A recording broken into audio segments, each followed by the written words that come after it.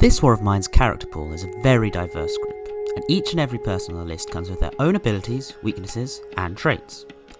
It can be very daunting to choose who you want to play as, so it's lucky for you, dear viewer, that I am here today. My name is Andy, and I'm going to guide you through the world of the characters of this War of Mine.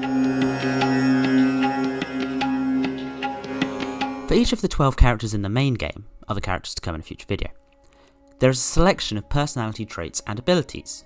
These abilities range from being great at combat to being great with kids. Some, as you can imagine, are better than others in a game related to surviving a war. Each character also has a defined combat ability. I covered this in a lot more detail in a past video, but for this video, I will simply be covering their combat rank, their guard rank, and their HP. Their hit by thug points. Or their how many times can they be hit by a thug points. Both ranks can range from A star at the top to D at the bottom. Finally, each character also has their own morality stats. These include their reaction to the party's actions, that be stealing, killing, or even helping others out, as well as their reactions to getting sad or depressed, and even how easy it is for them to go from happy to sad, and vice versa. All of this will be covered in this video. I've also included some other useful and interesting stats such as guitar ability, carrying capacity and speed, as well as my own verdict on each of these characters. So, without further ado, let's start with our first character. Starting strong here with Anton the mathematician.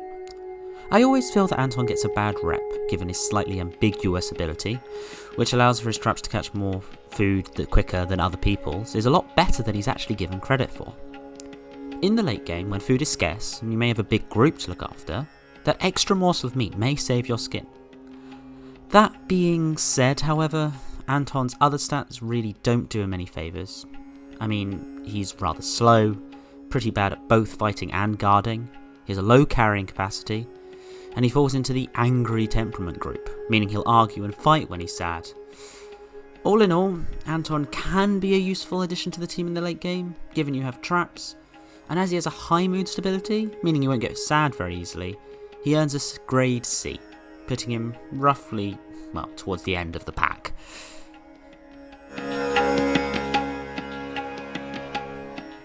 Up next we have our thief, Arica. Her ability, unlike Anton's, is very self-explanatory. When she is out at night, she makes a lot less sound than other people. This allows her to get into those dangerous places without getting caught, and then out again, with all the goodies they had locked away. She's also a pretty strong fighter if she does get caught, and can guard at night if you need her to. She also has the relatively unique morality stat block, given that she doesn't particularly mind murder or theft, given that she was a cat burglar, but still gets the big bonus from helping others. This, coupled with low mood stability, means that she can get out of depression and sadness quite easily, which can be useful given she is another angry character. The final thing to mention on her is that she's one of the few characters who can actually play the guitar well.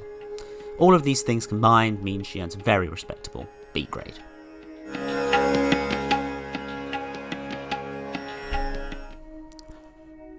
I probably shouldn't have said we started strong when I knew Boris was coming up so soon. He is incredibly strong, in more ways than one, which is what has earned him the overall rank of A star. He's only one of 2 characters actually to gain this honour. See if you can guess who the other one is before they come up. The first way in which Boris is strong is his carrying capacity and health, both of which are the highest in the game.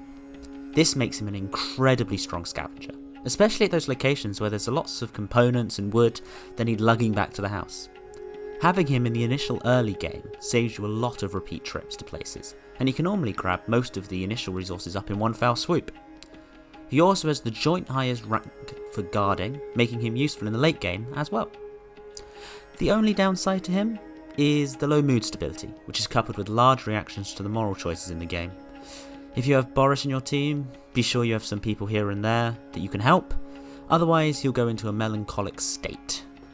Thankfully, he is of a calm temperament, which means he keeps to himself when sad, which is much preferable to those previous 2 who just picked fights.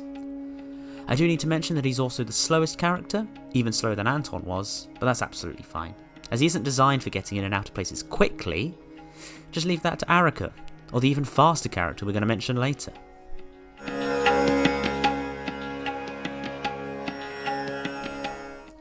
Bruno. I remember my first ever game of this war of mine, and I was surprised quite how little this sociopath cared about what was actually going on around him. His high mood stability, coupled with little to no reaction to any moral choices, means he's pretty much stone-faced the entire game. And if the worst was to happen and he does get sad, he then takes it out on his fellow housemates. Despite my personal grievances with Bruno though, he is a pretty solid character to have in your party, and his strong resolve can be useful if things start to fall apart in your game. His combat rank and his guard rank are both fine, and I haven't even mentioned his ability yet. Bruno's main selling point is that he is able to use fewer materials when he cooks or makes alcohol. This means a massive advantage in the early game, before you set up the water collectors, and also means that you can use your resources on other, more useful things. All of this being brought together means Bruno gets a very respectable A rank.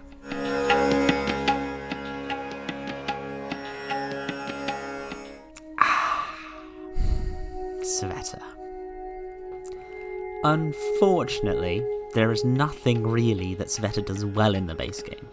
Her medium speed and calm temperament are probably the best things about her. Her combat rank is a D, her guard rank is a D, and her reactions to moral choices in the game are amongst the highest they can be.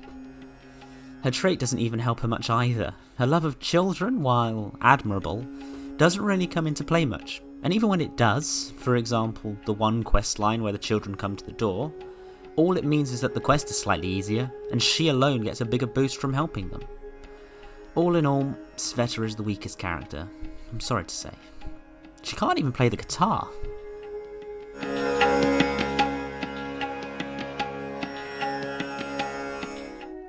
Emilia is an interesting one. At first glance, she seems quite average. Decent combat rank, high mood stability, and low reactions to moral choices.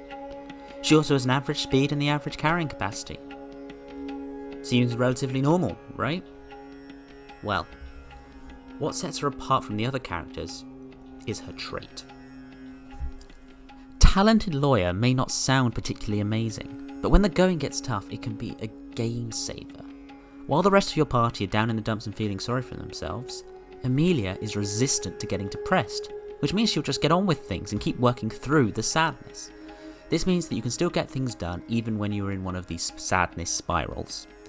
This trait, along with a decent combat rank, means that she can carry the team for the few days that it takes for people to start feeling better. And for that, I think she deserves an A rank.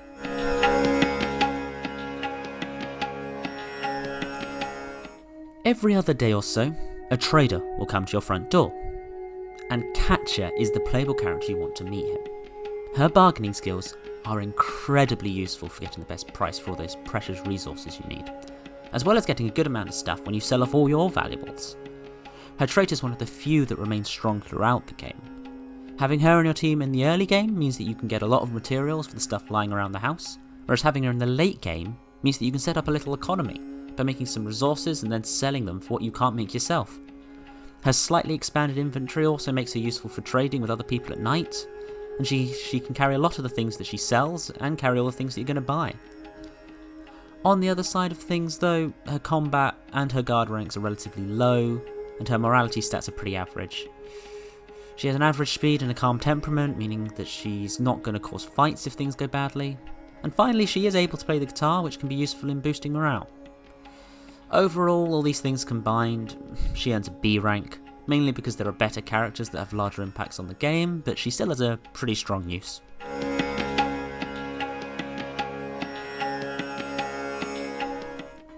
So yes, all of you who guessed Marin down below can give yourselves a pat on the back. Whereas Boris is great at gathering loads of resources, Marin shines at the other end by making the most out of limited resources.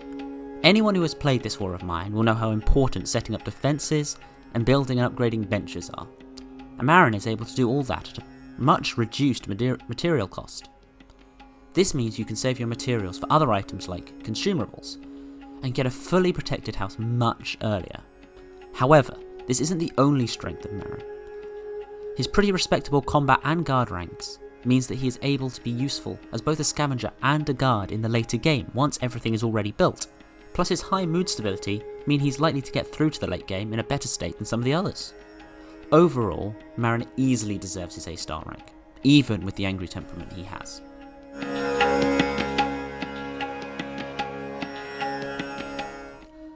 If you're looking for an all-rounder, you can't get much better than Marko. He's a decent scavenger, as per his trait, meaning he can carry more and is faster at searching through loot, but he also has pretty solid combat and guard ranks, and is relatively average in his morality impacts. His calm temperament and his lack of addiction does make him a valuable addition to any team. However, the reason why he received an A rather than an A-star is that while he is good at a variety of things, he isn't the best at any really. Boris is stronger, quite a few characters are better fighters or guards, Marin and Bruno are better during the daytime, and our next character is faster. All in all, Marko is a great character, but you know what they say, jack of all trades, master of none. When you first look at Pavle, you'll see a lot, and I mean a lot, of similarities to Marko. Our fastest character has an average combat stat, an average guard stat, identical morality stats to Marko, and even has a slightly increased carrying capacity when compared to most. The problem with Pavle though is he just isn't quite as good as Marko is. He has no overall addictions which can be useful, but so does Marko. And I suppose he does have the added bonus of being able to play the guitar, but that doesn't really make up for it. Overall, I think that a B is a fair rank for him, given his solid stat block and his speed. It is worth mentioning though that his speed is both beneficial during the day and the night, as it means he can cut down on travelling time between tasks in the day, and can quickly get in and out of places at night. But yeah, B. Moving on.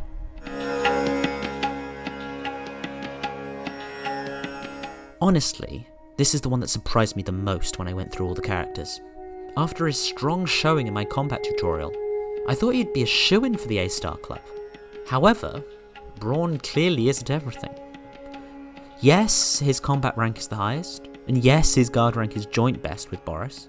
He even has the highest mood stability, and yes, his health is the highest outside of Boris.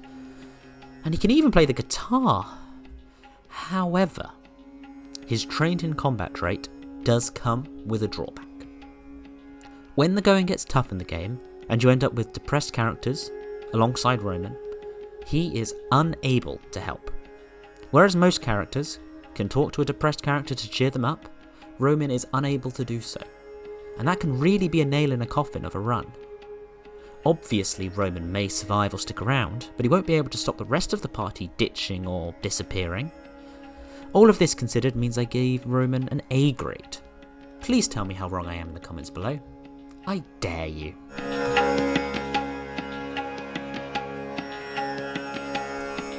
And finally, we have good old Zlata. A nice addition to any This War of Mine roster. And by nice, that's exactly what I mean. Zlata's Bolster's Spirits trait is an incredibly useful passive ability that will save a run without you even realising it. Admittedly, she does have pretty weak morality stats when it comes to staying happy, but if you look after her, she'll look after the rest of your team. She has a decent scavenging capacity and has a calm temperament which can be helpful, plus she has no addictions, which is always a bonus. All in all, I think she thoroughly deserves her B rank. And as a final thing to mention, she can play that guitar damn well. The best of any character, in fact. So there it is. All of our favourite characters and their grades, as decided by me. Feel free to disagree with me and put your opinions down below. And if I've missed anything or got anything wrong, feel free to correct me. But for now, I'll say goodbye and leave you to argue out which character is actually best in the comments. Ta-ra!